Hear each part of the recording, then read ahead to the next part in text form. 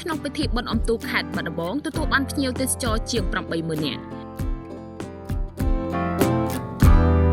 យោងតាមរបាយការណ៍របស់មន្ទីរទេសចរបានឲ្យដឹងថារយៈពេល2ថ្ងៃគិតត្រឹមថ្ងៃទី4និងថ្ងៃទី5ខែវិច្ឆិកាឆ្នាំ2025នេះក្នុងព្រឹត្តិការណ៍នៃពិធីបុណ្យអុំទូកចេញព្រះវស្សាសម្រាប់ឆ្នាំនេះខេត្តបាត់ដំបងទទួលបានភ្ញៀវទេសចរជាតិនិងអន្តរជាតិដែលមកចូលរួមទស្សនាកម្សាន្តលេងសរុបមានចំនួន 83656 នាក់ក្នុងនោះភ្ញៀវទេសចរអន្តរជាតិមានចំនួន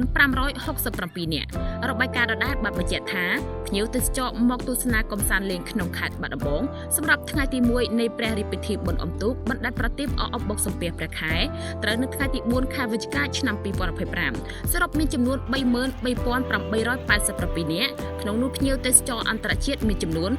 252 នាក់និងថ្ងៃទី2ត្រូវនៅថ្ងៃទី5ខែវិច្ឆិកាឆ្នាំ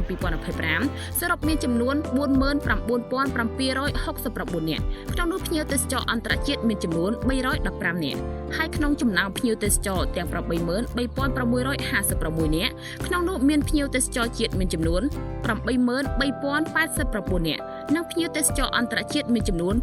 567 នាក់